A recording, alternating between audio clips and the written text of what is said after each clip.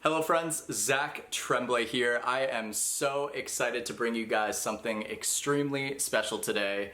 He's a dear friend of mine. He is the very first Tremblay Global artist, and his brand new EP vErGe is out today. Mitchel Dae, what's up, buddy? Hey dude, how are you? I'm so good, man. Thank you so much for joining me today to talk about all these new exciting things that's going on in your career right now. The EP's out today, man. How are you feeling? Yeah, it's been a long push to get to the finish line, so I'm pretty stoked. It's gonna be super fun and super excited to see the reaction and kind of how it resonates with people. So yeah. Absolutely. Yeah, man. I mean, we kind of got an introduction to this EP through the first 3 singles that you dropped. Those are out there for the world to hear. You're adding 2 additional new songs for everyone to check out. What was kind of like the thought process of kind of taking those 3 songs, adding 2 new ones, and making it this body of work? Yeah, I think I've been in the singles model for a couple of years now, and it's always fun, just to kind of get to bounce around and do whatever I want to do in terms of releasing different styles of music. But I felt like I just kind of needed a little bit more of a cohesive body because I'm really wanted to get on the road and play these live. So it felt like the next evolution of something that feels more cohesive from the artistry project. So I was kind of surveying everything that I enjoyed making the most, and this is what we came up with. So yeah. I mean, it's a pretty solid thing you came up with, man. Thanks, dude. I can't take credit. I've got a lot of really talented people around me, so that definitely helps. Well, that's kind of the best transition here, is to talk about the people you did work with on this project. Mm-hmm. Living in Nashville, I'm sure you're surrounded by just ridiculously talented people. What was it like working with those people? Gosh, man, it's the best. It's it kind of brings out the best parts of me that normally. The thing that I always kind of go back to is it's really good to be uncomfortable when you feel creatively safe, and I think that's the key, because I've been in environments where you're uncomfortable and not creatively safe, and that's the worst.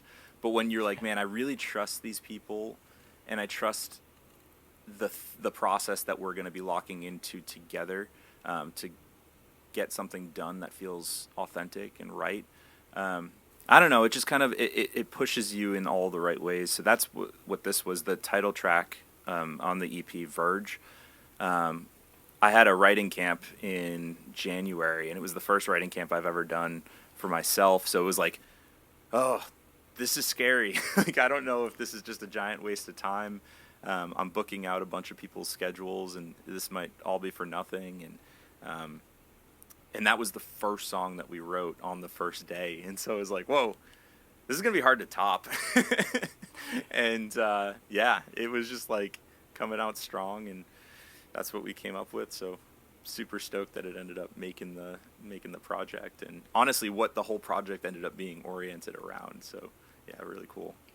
That's kind of like a really defining moment too, when you step out of that comfort zone and you're not sure how it's going to end up, but then it actually works out. Mm-hmm. So to hear the finished product of this entire body of work, vErGe, is, I'm sure, so exciting for you and so kind of fulfilling in a way. Would you say that's kind of fulfilling for you? 1,000%, dude. Yeah, it's and because it really showed me who are my people when it comes down to who I want to be a very open version of myself around, and who I trust to capture the creative vision that I want to portray to the world. In some ways, it's it was just cool to kind of see a lot of those things, the perceptions of the people that I had. I had so much respect for everybody, so much admiration for everybody, but then to see oh yeah, I want to do this long term with these people. Was just a really, really, really cool defining moment relationally, from that sprung from the writing camp. So, yeah, right. Really, really exciting. I mean, recently too, you've had really cool theming with your music, more specifically with the uppercase and lowercase letters of your song titles. Take us through that decision and why that is so important with this body of work.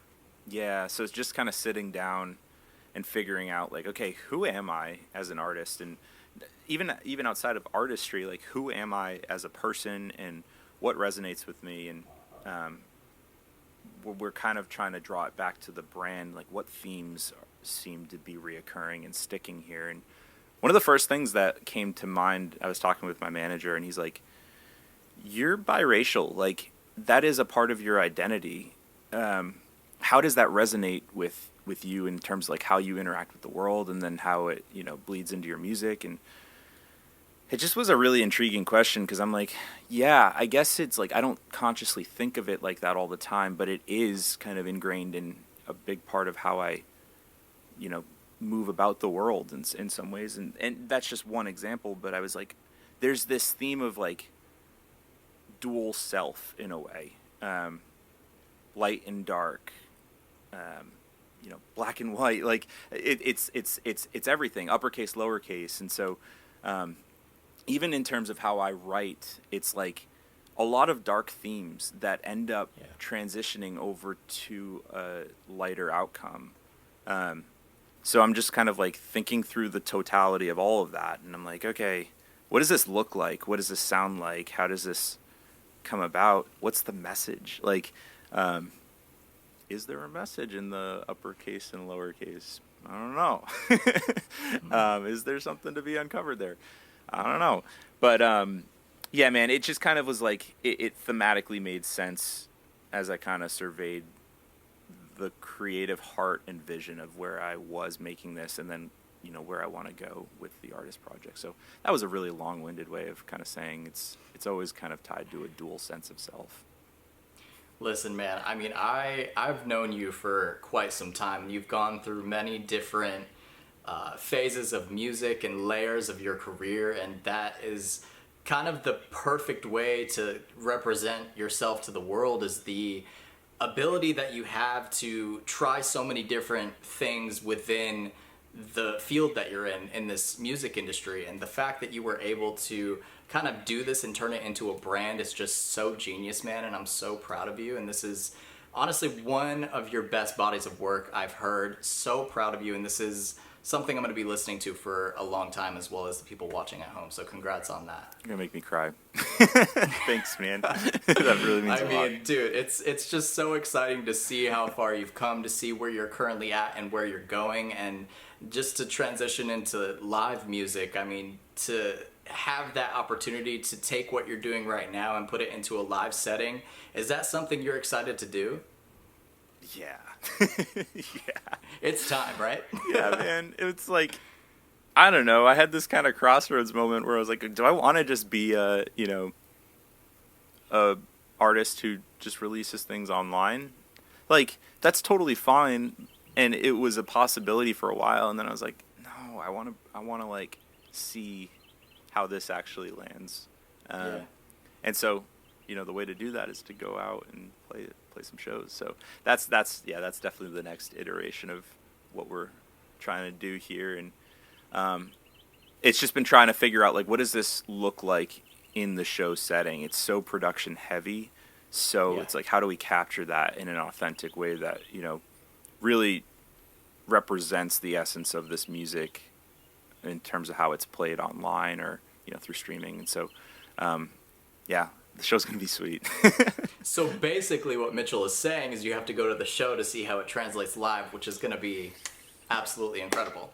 That's the hope, man. But Mitchell, man, thank you so much, and congrats again on this EP. I'm so glad that we took the time today to talk about this incredible new chapter of your career. I know there's so many more exciting things on the way, but just as a friend, man, so proud of you, so happy, and I can't wait to see what you do with this live show.